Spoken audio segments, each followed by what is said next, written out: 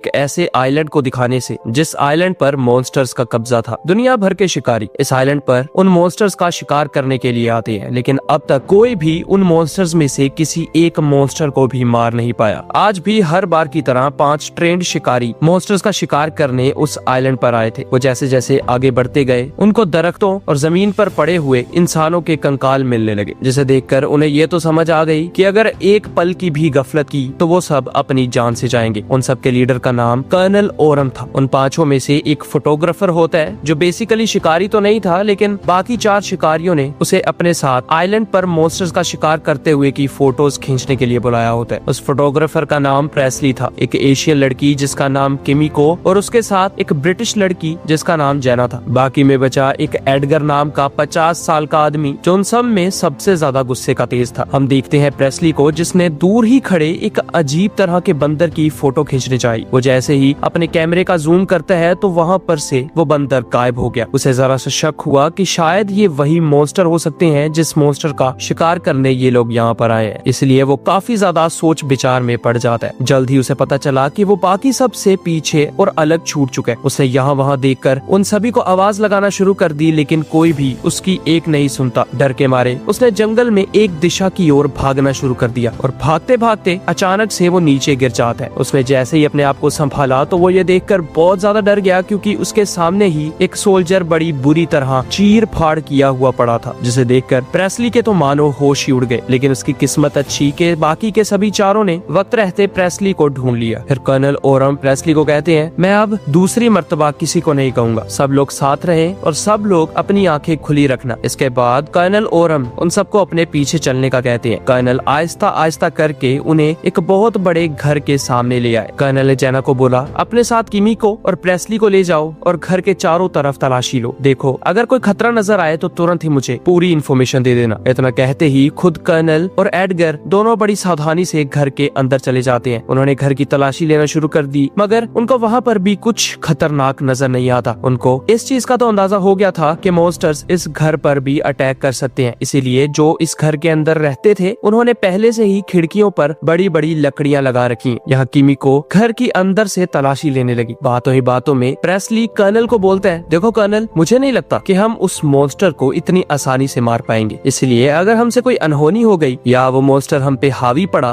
तो बताओ हम क्या करेंगे। ये सुनते ही कर्नल ओरम बहुत गुस्से में आ जाते हैं। उन्होंने कहा, मैंने आज तक कभी भी हारना नहीं सीखा। इसके तुरंत बाद ही कर्नल ने उस घर में से कुछ जरूरी सामान उठाया और बाकी सबको अपने साथ चलने का बोला। और आज वो रात होने से पहले उस मॉन्स्टर का शिकार करने वाले थे। आहिस्ता आहिस्ता करके वो जंगल के एक गहरे हिस्से में पहुंच जाते हैं, लेकिन फिलहाल उन्हें मॉन्स्टर का कुछ अता पता नहीं था। यहाँ वो जैसे जैसे करके तलाशी ले रहे थे तभी उन्हें पीछे से एक आदमी की आवाज आई। सब लोग काफी ज्यादा अलर्ट हो जाते हैं, लेकिन वो आदमी उन सबको कहता है, मैं भी तुम्हारी तरह अपने ग्रुप के साथ आया था। तुम लोग तो सिर्फ 3 हो, लेकिन हम पूरे 40 लोग थे और मैं सिर्फ अकेला जिंदा बचा हूँ। और देखना, मैं ही बाकी के बचे हुए मॉन्स्टर्स को जान से मारूंगा। वो ऐसा इसलिए बोलता है क्योंकि उसने अभी तक अपनी आंखों से मॉन्स्टर को नहीं देखा था। इतना कहते ही वो उन तीनों को वहीं छोड़कर वहाँ से चला जाता है। कर्नल ओरम ने बाकी दोनों को अपने साथ सावधान रहने का बोला। यहाँ हम देखते हैं उसी आदमी को जिसे दूर ही जंगल में से किसी भयानक चीज की आवाज आना शुरू हो जाती है। वो उस आवाज का पीछा करते करते जैसे ही जंगल के एक किनारे में पहुंचा तो तभी उसे कुछ पेड़ों के दूसरी ओर से आवाजें आना शुरू हो गई। उसे लगा शायद यही मॉन्स्टर है, इसीलिए वो बहुत अलर्ट हो जाता है, लेकिन उसे मॉन्स्टर कहीं नहीं दिखाई दे रहा था। मगर अगले ही पल एक ही झटके में मॉन्स्टर ने उस पर अटैक किया और उसको चीर फाड़ करके जान से मार डाला। यहाँ हम देखते हैं कर्नल ओरम और उसकी टीम को, जिन्होंने मॉन्स्टर्स को पकड़ने के लिए जगह जगह पर ट्रैप लगा दिए थे। जहाँ घर में मौजूद प्रेस्ली सबके लिए खाना बना रहा होता है और बाहर निगरानी करने के लिए जेना यहाँ वहाँ घूम रही थी। बहुत जल्द रात होने वाली है, इसलिए कर्नल ओरम ने किमिको और एडगर को जरूरत का सामान उठाकर वापस घर में जाने का बोला। और यहाँ कर्नल रात को अकेले ही छुपकर उस मॉन्स्टर पर नजर रखने वाले थे। हमने देखा कि वो मॉन्स्टर काफी दूरी से कर्नल को देख रहा है और कर्नल भी मॉन्स्टर को पहली मर्तबा देखकर बहुत ज्यादा हैरान हुए। यहाँ हमने देखा किमिको और एडगर को, जो घर के बहुत करीब थे, मगर किमिको तुरंत ही डर जाती है क्योंकि बहुत ही दूर झाड़ियों में मॉन्स्टर उन्हीं पर अटैक करने वाला था। और दोस्तों, उन दोनों को हमला करने का मौका मिलता है इससे पहले ही मॉन्स्टर ने एडगर पर अटैक कर दिया। तभी वहाँ पर भागती भागती जेना आई, जिसने आग की मदद से उस मॉन्स्टर को डरा कर वहाँ से भगा दिया। यहाँ हम देखते हैं उस एशियन लड़के प्रेस्ली को, जो घर के पास पास ही मौजूद एक टावर पर बैठा हुआ उन सब की फोटोज क्लिक कर रहा होता है। किमिको और जेना दोनों ही एडगर को घर में तो ले आए, लेकिन अभी भी वो मॉन्स्टर जोर जोर से दरवाजे को पटक रहा था और फिर अचानक से मॉन्स्टर वहाँ से चला जाता है। यहाँ हमने देखा एडगर को, जिसकी हालत बहुत ज्यादा खराब थी। उसकी टांग में बहुत बड़ा जख्म हो रखा था और जल्द ही अगर उसे मेडिकल किट और मेडिकल सप्लाई ना दी गई तो उसकी जान भी जा सकती है। जेना ने तुरंत ही रेडियो के जरिए कर्नल ओरम को वापस घर में आने का बोला। कर्नल ओरम जेना को बोलते हैं, मैं मॉन्स्टर को पकड़ने के बहुत ही करीब हूँ। लेकिन जेना ने कहा, मॉन्स्टर तो हमारे पास था, आप जल्दी से वापस आ जाइए वरना एडगर नहीं बचेगा। उन दोनों की बातचीत चल ही रही थी कि इतने में कर्नल ओरम ने देखा कि उसके करीब ही बिना कर्नल को भनक लगे मॉन्स्टर उसे देख रहा है। जैसे ही कर्नल को अंदाजा हुआ तो कर्नल ने तुरंत ही अपना चाकू निकालकर उस मॉन्स्टर पर अटैक करना शुरू कर दिया। मॉन्स्टर इतना ज्यादा ताकतवर था कि उस मॉन्स्टर को जरा सा भी असर नहीं होता। इतना कम नहीं था कि कर्नल ओरम का पांव उसके ही लगाए हुए ट्रैप पर आ जाता है। इसी बात का फायदा उठाते हुए मॉन्स्टर ने कर्नल को उठाया और उसके शरीर में से दिल को जिंदा ही बाहर निकाल लिया, जिससे कर्नल तड़प तड़प कर मारा जाता है। कर्नल की चीखों पुकार घर में मौजूद जेना और किमिको भी सुन रहे थे, जिस वजह से किमिको को मॉन्स्टर पर बहुत ज्यादा गुस्सा आता है। लेकिन जेना ने उसे फिलहाल के लिए शांत रहने का बोला और कहा, सुबह होते ही हम वापस मदद बुलाएंगे और यहाँ से निकल जाएंगे। यहाँ हम देखते हैं प्रेस्ली को, जो अपनी जान बचाने के लिए दुम दबाकर लकड़ी के टावर पर बैठा होता है। किमिको ने प्रेस्ली को चुपचाप वहीं पर बैठकर रात गुजारने का कहा, लेकिन इतने में ही उन दोनों पर घर के चारों तरफ से वो मॉन्स्टर अटैक कर देता है। जेना ने तुरंत ही अपनी गन उठाई और जहाँ कहीं भी उसे मॉन्स्टर के होने का अंदाजा होता तो वहाँ पर अंधाधुंध फायरिंग करने लगी। उसने मॉन्स्टर को 3 गोलियां मारी, लेकिन मॉन्स्टर अभी भी उसी तरह ताकतवर था। लेकिन फिर अगले ही पल मॉन्स्टर अचानक से शांत हो जाता है। उन्हें कुछ समझ नहीं आ रही थी कि आखिर मॉन्स्टर यहाँ पर है या वापस जंगल में चला गया, मगर तुरंत ही मॉन्स्टर ने एक आदमी के कटे हुए सर को खिड़की से अंदर फेंक दिया, जिसे देखकर वो तीनों बहुत ज्यादा डर जाते हैं। अब जेना की गोलियां भी खत्म हो रही थी, इसीलिए वो सब लोग मॉन्स्टर पर वार करने की बजाय एक जगह छुप जाते हैं। लेकिन अगले ही पल मॉन्स्टर ने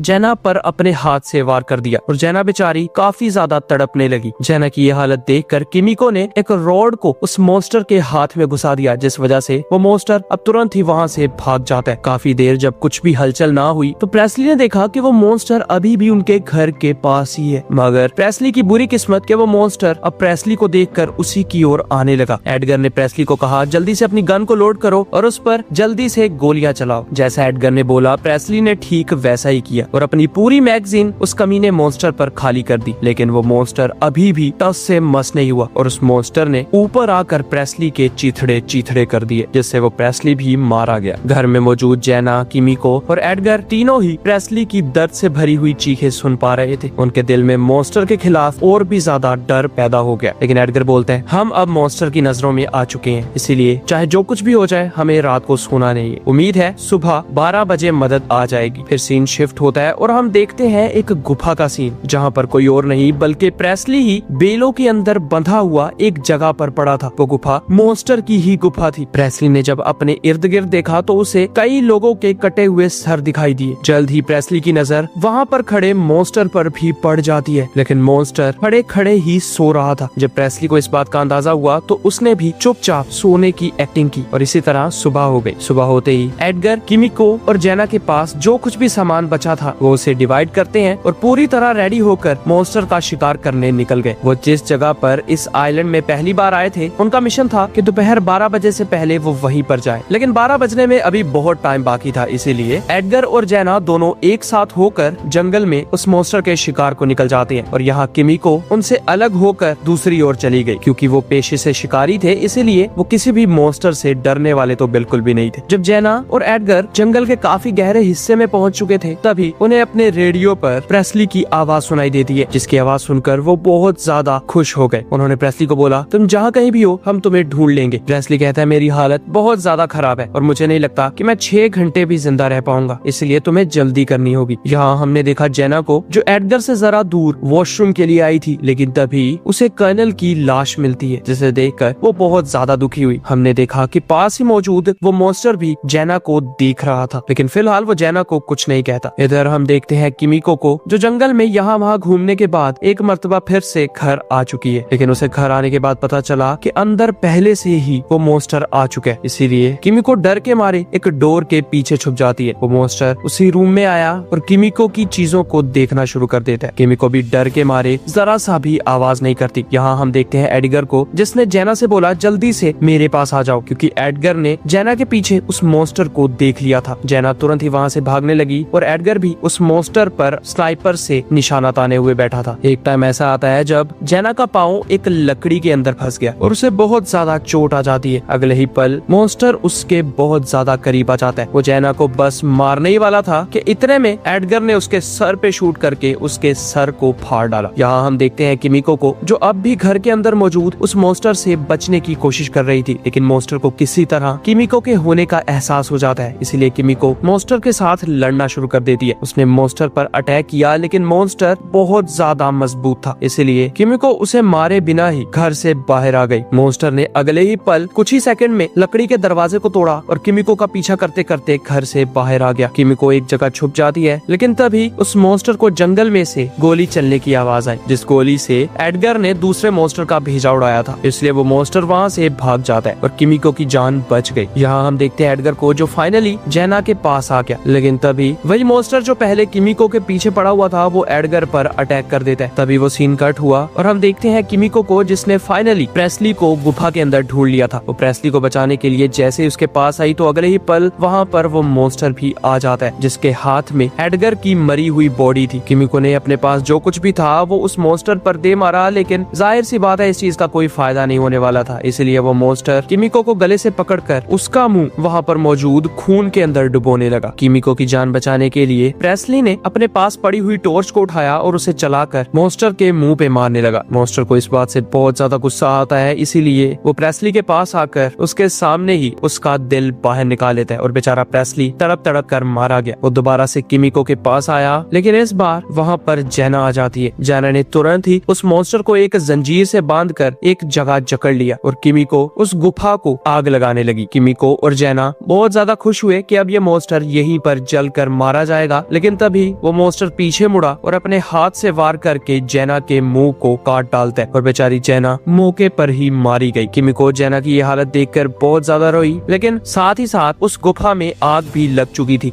जैसे कि वो मॉन्स्टर अब जंजीर से जकड़ा हुआ था, इसीलिए किमिको वक्त रहते उस गुफा से बाहर आ जाती है और वो गुफा मॉन्स्टर के साथ ही जलकर राख हो गई।